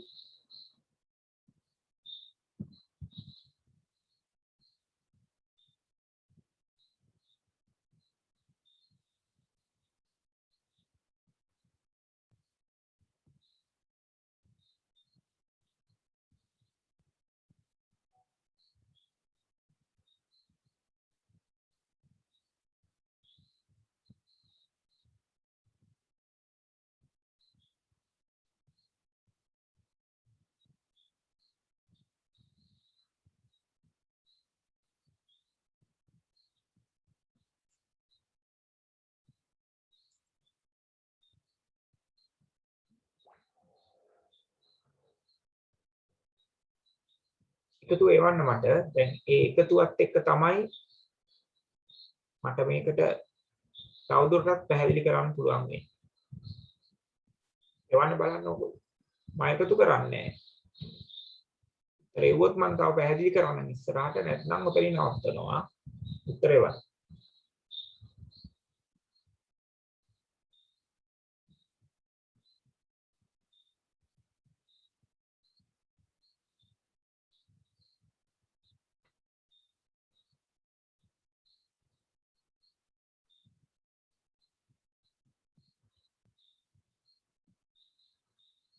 එවන්න උත්තර.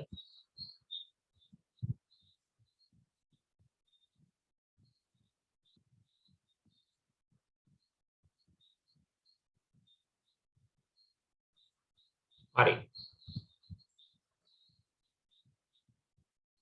නිතාර එවන් උත්තර.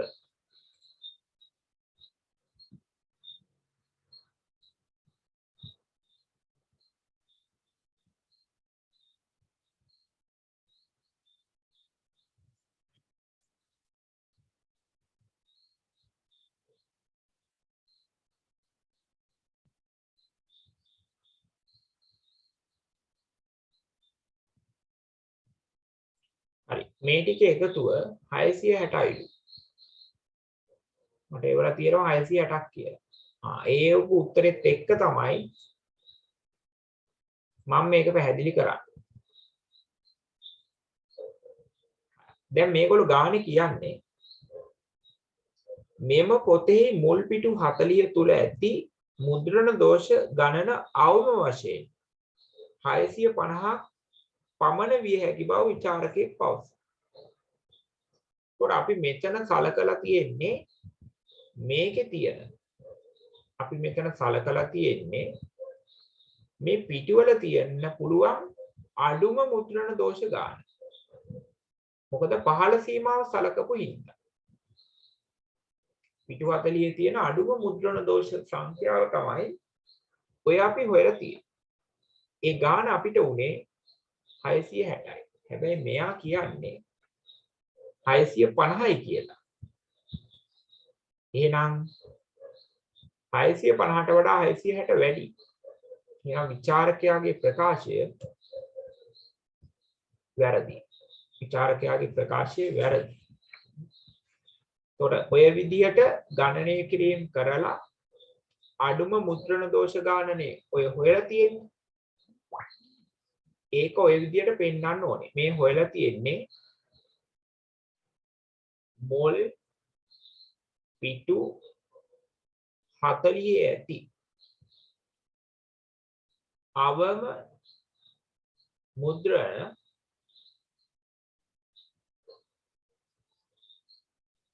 අවම මුද්‍රණ දෝෂ සංඛ්‍යාව තමයි මේ හොයලා තියෙන්නේ.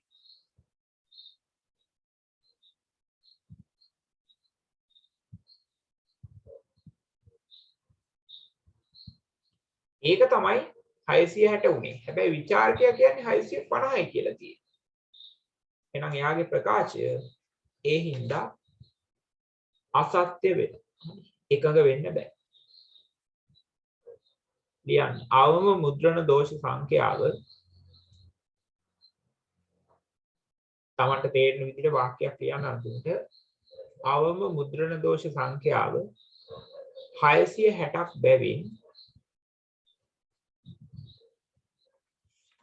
අවම මුද්‍රණ දෝෂ සංඛ්‍යාව 660ක් බැවින්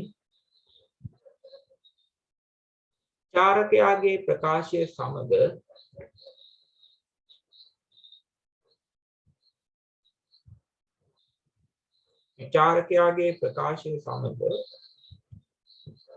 එකඟ විය නොහැක.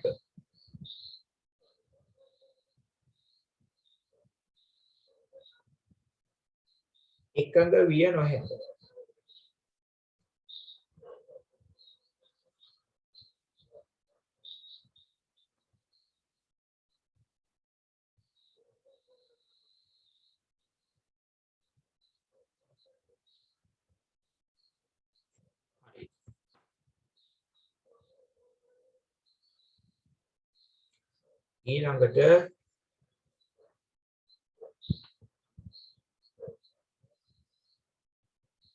අපි හදමු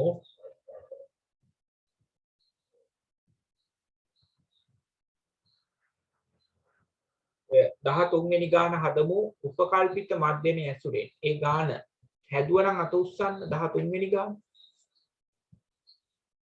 ගෙදරදී 13 වෙනි ගාන ගෙදරදී හැදුවා නම් අත උස්සන්න.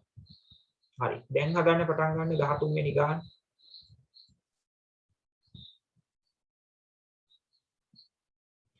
එතකොට උපකල්පිත මධ්‍යමයේ ඇසුරෙන් හොයනවා නම් අපි තීරු 5කට යන්න ඕනේ.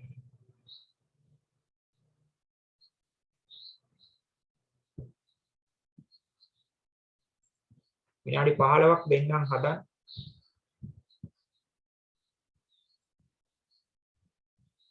දැන් හැදුවොත් විභාගෙදි හදාගනි. නැත්නම් කල්පනා කර කර ඉන්න වෙයි.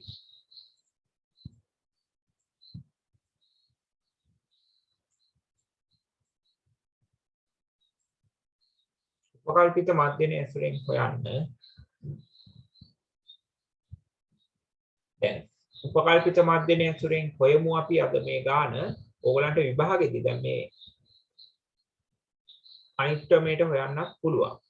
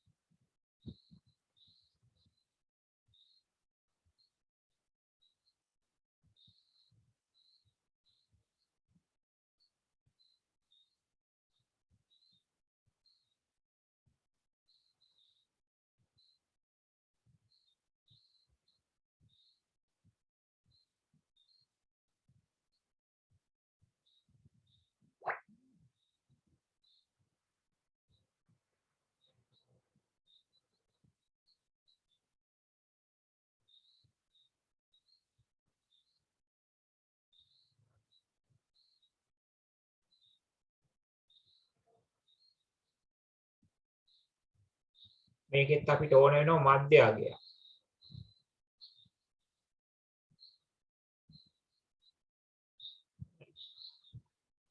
විසි 21 මේ දෙන්නගේ එකතුව දෙකෙන් බෙදන්න.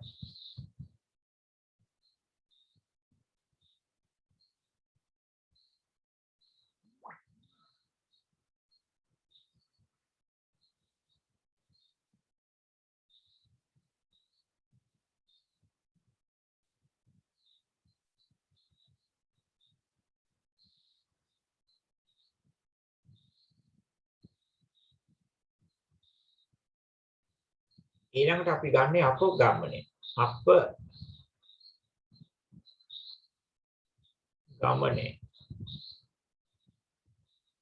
මේකේ මෙයාට අපි D කියන්නේ. දැන් ගානේ කියන්නේ ටයර් නිෂ්ණ. හරි හදන්නකො.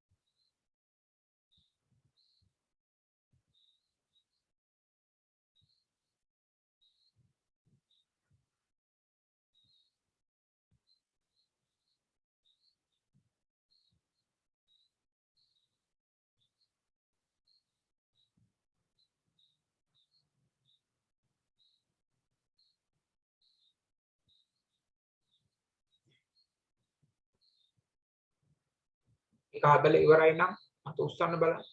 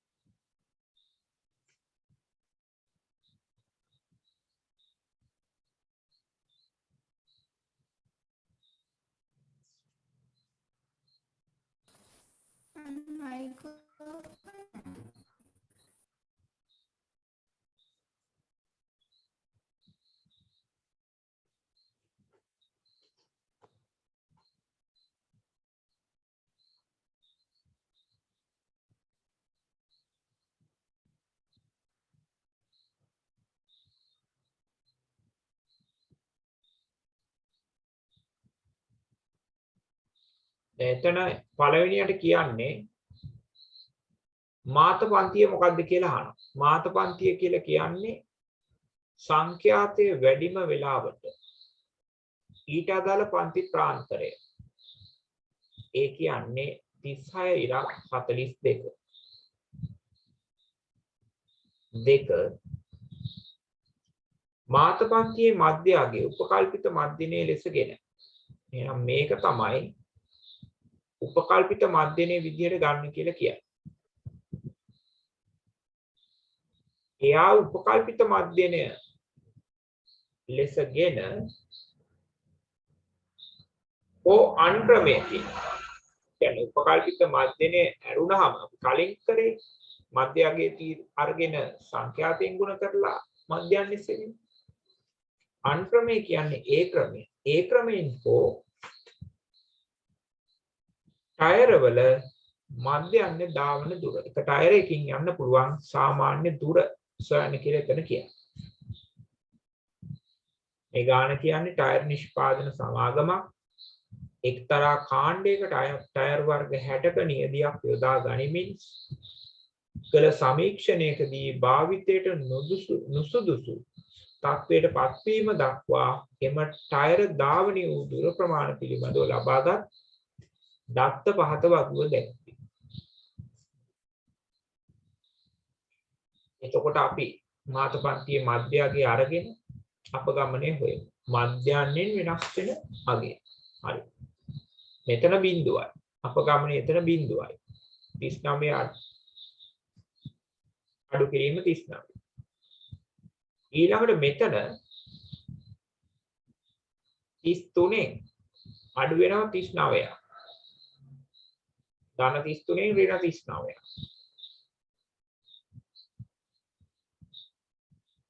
එතකොට අපි මේක සුළු කරන්නේ වැඩි එකෙන් අඩු එක අඩු කරන්නේ 39න් 33ක් අඩු කරාම 6යි වැඩි එක ඉස්සරහා ලකුණ ඍණ. එහෙනම් එතන එන්නේ ඍණ 6යි. ඊළඟට 27න් 39ක් අඩු කරාම මෙතන මෙයාගෙන් මෙයා අඩු කරාම ඍණ 12යි. ඊළඟට මෙයාගෙන් මෙයා අඩු කරාම 21න් 39ක් අඩු කරාම ඍණ 18යි. ඊළඟට දැන් 45න් 39ක් අඩු කරාම 6යි. 51න් 39ක් අඩු කරාම 12යි. එතනදී අපි මධ්‍යයෙන් තමයි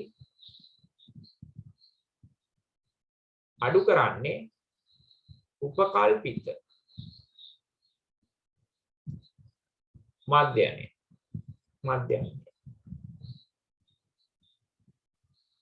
එහෙම අඩු කරලා තමයි මේ තීරුව සම්පූර්ණ කරගත්තේ.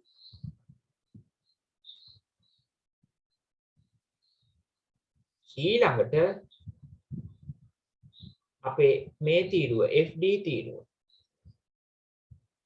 FD කියන්නේ සංඛ්‍යාතයේ අපගමනයෙන් ගුණ කරාම එන අගය. එක් වරක් ඍණ 18, එක් වරක් ඍණ 18, ඍණ 18යි. පස් වරක් ඍණ 12, ඍණ 60යි. 6 වරක් ඍණ 6 ඍණ 36යි 26ව බිඳුවයි 15 වරක් 6 90යි 7 වරක් 12 වරක් 7 84යි. එහෙනම් මෙතන ඍණ ටික වෙනම එකතු කරලා ධන ටික වෙනම එකතු කරලා මෙතන සුළු කරලා උත්තරේ දාන්න.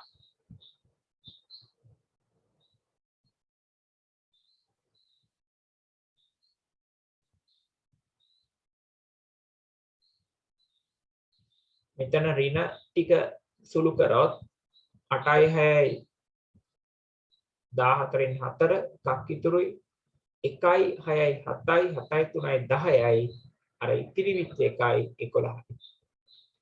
ධන ටික එකතු කරොත් 90යි 84යි කියන්නේ 174යි. එහෙනම් මේක සුළු කරොත් ධන 100 ඍණ 114යි ධන 174යි කියන්නේ ධන 60යි. ධන 60යි. මෙතන ටයර් ගාන එකතුව එන්නේ 60.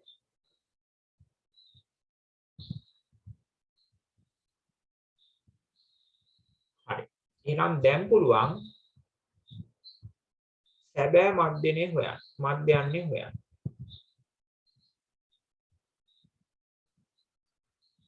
සැබෑ මධ්‍යන්නේ කියලා කියන්නේ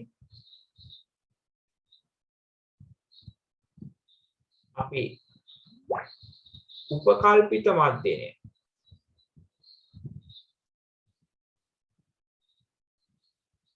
ඒකට එකතු කරනවා අපගමන වල මධ්‍යන්නය. උපකල්පිත මධ්‍යනයේ විදිහට ගන්න කිව්වේ මාත පන්තියේ මධ්‍යයගේ. ඒ කියන්නේ 39යි. අපගමන වල මධ්‍යන්නේ කියලා කියන්නේ අපගමනය 60යි. එයා බෙදන්න ඕනේ සංඛ්‍යාතෙන්. ඒ කියන්නේ 60. ඒ කියන්නේ 39 එකතු කිරීම 60 බෙදීම 60 කියන්නේ 1යි. එහෙනම් එතන එන්නේ 40යි. එතකොට මේ දීලා තියෙන්නේ ඇත්තටම මෙතන 18 නෙවෙයි තියෙන්නේ.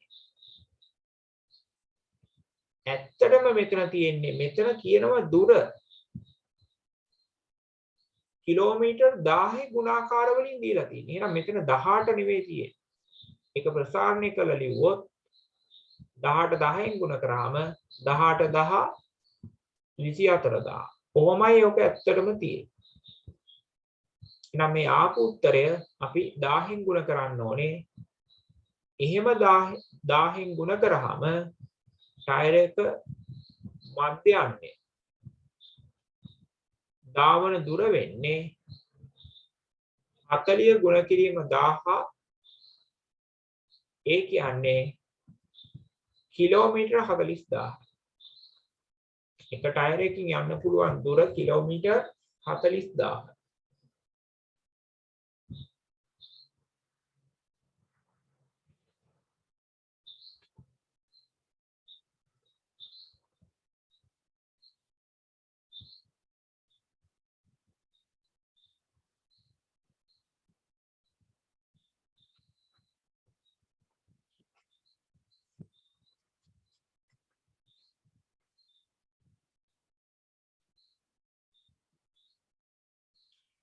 ඊළඟට රෝම ඉලක්කම් 3 උත්තර ලියන්න බලන්න.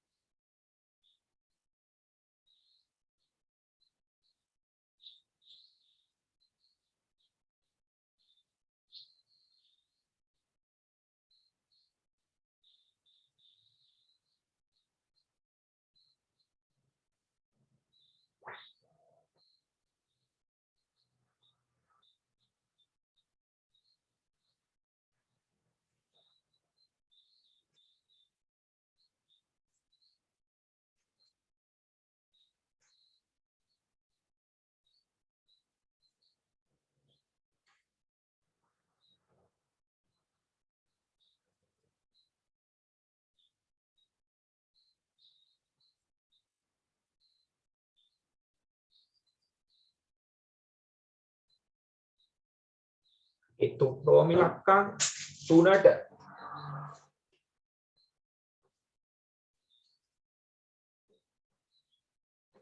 උත්තර ලිව්වනම් උස්සන්න බලන්න.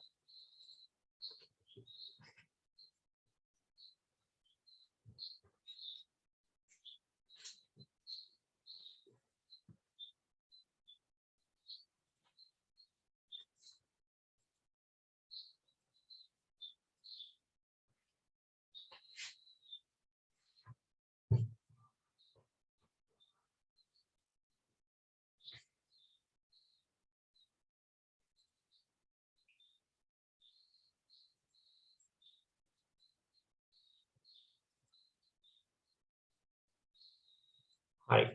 එතන ඉහත කාණ්ඩයේ ටයරය යොදා ගැනෙන රෝද 4 මෝටර රථ 10ක් හිමි ව්‍යාපාරිකයෙකුට එම වාහන වලට යොදන ටයර සඳහා වාර්ෂික වියදම නිමාණය කර ගැනීමට අවශ්‍ය වී ඇත. ඒ සඳහා එක් මෝටර රථයකට වසරකට සාමාන්‍යයෙන්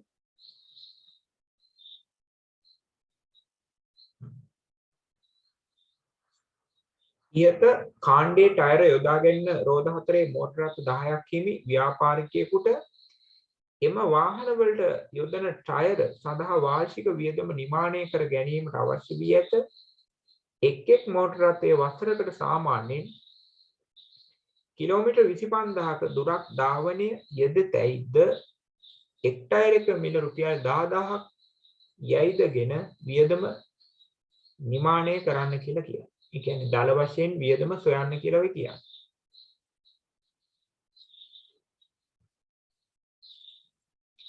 එතකොට අපි මුලින්ම බලන්න ඕනේ මේ මෝටර රථ 10 තියෙන ටයර මෝටර රථ 10 තියෙන ටයර ගමන් කරන දුර ප්‍රමාණය. ටයර ගමන් කරන දුර ප්‍රමාණය. ඒකට මෝටර රථ 10ක් කියන්නේ එකක රෝද 4යිනේ. ටයර 40ක් තියෙනවා. ඒකට ටයර 40 බලන්න ටයර 40 වර්ෂයකදී ගමන් කරන දුර මං හොයන්නේ.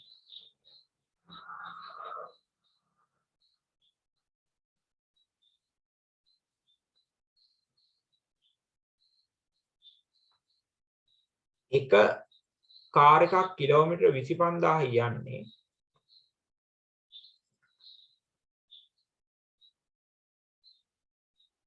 එක වාහනයක් කිලෝමීටර් 25000 යන්නේ ඒ වුණාට ටයර් ගමන් කරන දුර කියන්නේ එක මෝටර රථයක ටයර් 4ක් තියෙනවා. එහෙනම් ටයර් 4 ගමන් කරන දුර එකක මේ ප්‍රමාණය 10ක හොයන්න 10න් ගුණ කරන්න ඕනේ. කියන්නේ මෙතන ඉන්නේ 25000 40න් ගුණ කරාම එන්නේ ටයර් 40 ගමන් කරන දුර කිලෝමීටර වලින්. හරි. ටයර් 40ක් තියෙනවා. ඒ ටයර් 40 ගමන් කරන දුර කියන්නේ 25000 ගුණ කිරීම 40. නැත්නම් 25000 ගුණ කිරීම 4 ගුණ කිරීම 10. ඊළඟට මට හොයන්න පුළුවන්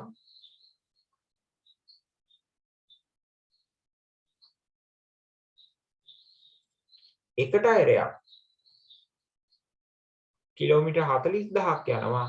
එහෙනම් මෙච්චරක දුර ප්‍රමාණය යන්න අවශ්‍ය කරන ටයර් ප්‍රමාණය. එහෙනම් අවශ්‍ය කරන ටයර් ප්‍රමාණය මෙච්චරක දුරක් යන්න. ඒ කියන්නේ 25000 ගුණ කිරීම 4 ගුණ කිරීම 10ක දුරක් යන්න එක ටයරයකින් යන්න පුළුවන් මෙච්චර දුරක්. එහෙනම් අවශ්‍ය වෙන ටයර් ප්‍රමාණය හොයන්න ඒක 40000න් බෙදුවා නම් හරි. එහෙම බෙදුවාම මේ බිංදු දෙකට මේ බිංදු තුනට මේ බිංදු තුන සුළු වෙනවා. මේ බිංදුවට මේ බිංදුව සුළු වෙනවා. මේ 4ට මේ 4 සුළු වෙනවා. එහෙනම් ටයර් ඕනේ 25. ඔය මෝටර රථ 10ට ටයර් ඕනේ 25ක්. හොඳයි. එහෙනම් එකක් 10000යි නම් ඔය ටයර් 25ට යන මුදල හොයන්න 10000 ගුණ කරන්න ඕනේ 25න්. ඒ කියන්නේ 2,50,000ක් යනවා. අවශ්‍ය කරන මුදල. ටයර් සඳහා අවශ්‍ය කරන මුදල. එකක් 10000යි 25ක් හොයන්නේ ආ 25න් ගුණ කරන්න. එතකොට එනවා රුපියල් 25.4. ඒ කියන්නේ 250,000යි. එහෙම නැත්නම් 2,50,000. ඒක තේරුණා නේද උස්සා?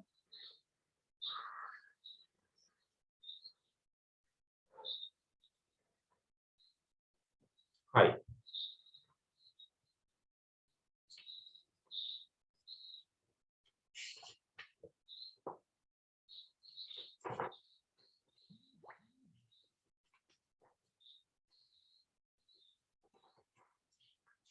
ඊළඟට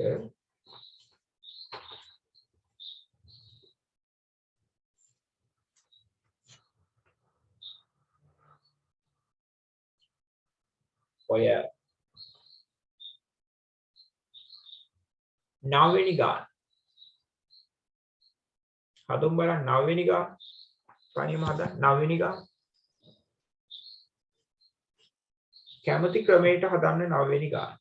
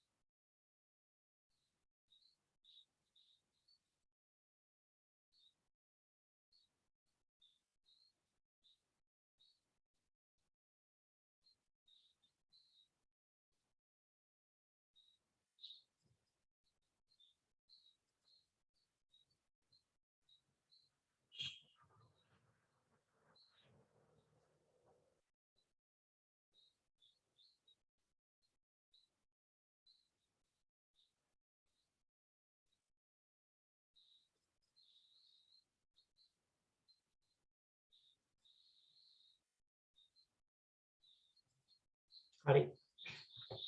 ඒ ගාන ගෙදරදී සම්පූර්ණ කරන්න සඳුදා අලුත් පාඩමකින් පටන් ගමු. හරි. අදට ඇති ආයුබෝවන්.